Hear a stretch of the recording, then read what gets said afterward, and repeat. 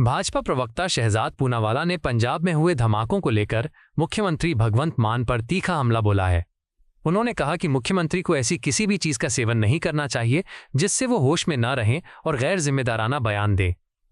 पूनावाला ने कहा कि जब पंजाब के डीजीपी खुद शुरुआती जांच में पाकिस्तान और आईएसआई की संभावित भूमिका की बात कर रहे हैं, तब भगवंत मान बिना जांच पूरी हुए भाजपा पर आरोप लगा रहे हैं।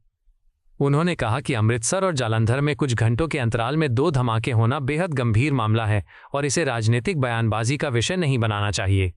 भाजपा प्रवक्ता ने आरोप लगाया कि आम आदमी पार्टी पाकिस्तान और आईएसआई को क्लीन चिट देने की कोशिश कर रही है। पूनावाला ने कहा कि सीमावर्ती राज्य पंजाब में सुरक्षा के मुद्दे पर राजनीति नहीं बल्कि जिम्मेदारी और गंभीरता की जरूरत है।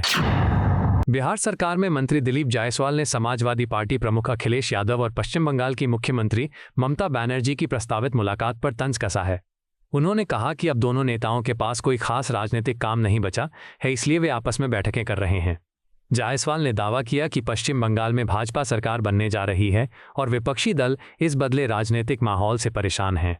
उन्होंने कहा कि भाजपा लगातार अपना जनाधार बढ़ा रही है, जबकि विपक्षी दल केवल गठबंधन और बैठकों के सहारे राजनीति बचाने की कोशिश कर रहे हैं। उनके मुताबिक जनता अब विकास और स्थिरता की राजनीति चाहती है और यही वजह है कि भाजपा को लगातार समर्थन मिल रहा है। भाजपा नेता ने यह भी कहा कि विपक्षी दलों की एकता केवल राजनीतिक अस्तित्व बचाने की कोशिश है। अखिलेश यादव और ममता बनर्जी को अब कोई काम नहीं है तो आपस में मुलाकात ही करेंगे। बीजेपी की सरकार का गठन होने जा रहा है। माननीय गृह मंत्री जी वहां पहुंच चुके हैं और 9 तारीख को जो है बंगाल का एक नया सूर्योदय होने वाला है। उत्तर प्रदेश सरकार में मंत्री ओम प्रकाश राजभर ने पश्चिम बंगाल विधानसभा भंग किए जाने के फैसले पर प्रतिक्रिया दी है। उन्होंने कहा कि मुख्यमंत्री ममता बनर्जी संविधान का सम्मान नहीं कर रही थीं और राज्यपाल ने अपने संवैधानिक अधिकारों का इस्तेमाल करते हुए कार्रवाई की। राजभर ने कहा कि सरकार गठन और विधानसभा से जुड़े मामलों में अंतिम अधिकार राज्यपाल के पास होता है। उनके मुताबिक जब संवैधानिक व्यवस्था का पालन नहीं किया जाता तब राज्यपाल को हस्तक्षेप करना पड़ता है। उन्होंने आरोप लगाया कि ममता बनर्जी चुनाव परिणामों के बाद भी जनादेश स्वीकार करने को तैयार नहीं थीं। राजभर ने कहा कि लोकतंत्र में जनता का फैसला सर्वोपरि होता है और हर राजनीतिक दल को उसका सम्मान करना चाहिए। कि निश्चित है ममता जी संविधान को नहीं मान रही थी तो वो अधिकार सरकार गठन का राज्यपाल के पास है। तो राज्यपाल ने अपने संविधान के दायरे में पद का उपयोग करते हुए विधानसभा को भंग कर दिया। जेडीयू के कार्यकारी राष्ट्रीय अध्यक्ष और राज्यसभा सांसद संजय झा ने बिहार में हुए कैबिनेट विस्तार को संतुलित और सकारात्मक कदम बताया है। उन्होंने कहा कि नए मंत्रिमंडल में महिलाओं, युवाओं और अनुभवी नेताओं को साथ लेकर अच्छा संतुलन बनाया गया है।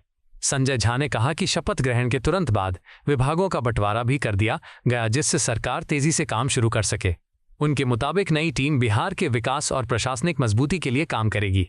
उन्होंने कहा कि कैबिनेट विस्तार से सरकार को नई ऊर्जा मिलेगी और विभिन्न क्षेत्रों के प्रतिनिधित्व को भी मजबूती मिलेगी। भाजपा सांसद राहुल सिन्हा ने पश्चिम बंगाल विधानसभा भंग करने के फैसले पर ममता बनर्जी को घेरा। उन्होंने कहा कि जनता का जनादेश आने के बाद मुख्यमंत्री को खुद इस्तीफा दे देना चाहिए था। राहुल सिन्हा ने कहा कि ममता बनर्जी भवानीपुर सीट से भी हार गईं, इसके बावजूद उन्होंने पद नहीं छोड़ा। उनके मुताबिक जब उन्होंने इस्तीफा नहीं दिया तो संवैधानिक प्रक्रिया के तहत उन्हें हटाया गया। भाजपा सांसद ने कहा कि ये ममता बनर्जी के लिए अपमानजनक स्थिति है, लेकिन उन्हें इसका एहसास तक नहीं है। उन्होंने आरोप लगाया कि ममता बनर्जी लगातार लोकतांत्रिक परंपराओं की अनदेखी कर रही हैं। भाजपा के बिहार प्रदेश अध्यक्ष संजय सरावगी ने राष्ट्रीय जनता दल पर परिवारवाद की राजनीति करने का आरोप लगाया है। उन्होंने कहा कि आरजेडी पूरी तरह एक परिवार की पार्टी बन चुकी है।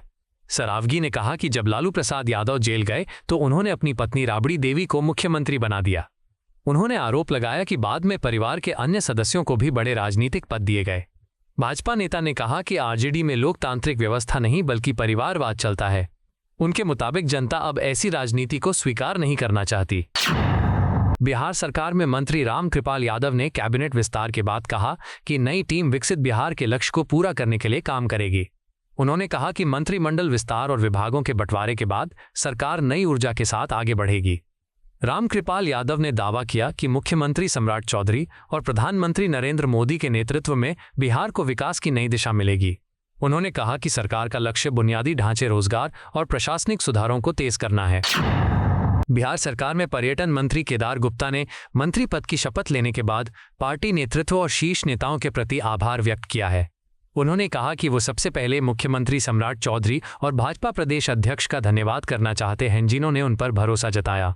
केदार गुप्ता ने कहा कि प्रधानमंत्री नरेंद्र मोदी, गृह मंत्री अमित शाह और रक्षा मंत्री राजनाथ सिंह की मौजूदगी में मंत्री पद की शपथ लेना उनके लिए गौरव और जिम्मेदारी दोनों का विषय है।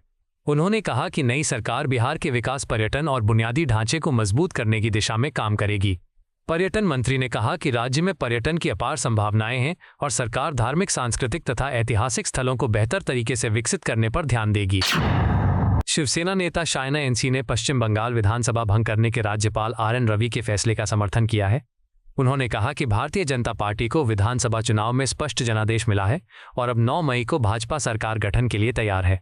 शायना एनसी ने कहा कि भाजपा को 294 में से 207 सीटें मिलना ये दिखाता है कि जनता ने बदलाव के पक्ष में मतदान किया है। उन्होंने दावा किया कि मुख्यमंत्री ममता बनर्जी अपने पारंपरिक गढ़ भवानीपुर से भी चुनाव हार गईं, बल्कि टीएमसी के कई वरिष्ठ मंत्री भी जनता का भरोसा खो बैठे। उनके मुताबिक पार्टी के 35 में से 23 मंत्रियों की हार ये संकेत देती है कि राज्य में तृणमूल कांग्रेस के खिलाफ मजबूत माहौल था। शिवसेना नेता ने कहा कि चुनाव परिणाम आने के बाद भी ममता बनर्जी का पद छोड़ने से इनकार करना हताशा भरा कदम था। उन्होंने कहा कि ये पूरी तरह संवैधानिक मामला है और राज्यपाल ने संविधान के दायरे में रहकर सही फैसला लिया है। आपको यह वीडियो पसंद आया हो तो इसे लाइक करें, हमारे चैनल को सब्सक्राइब करें।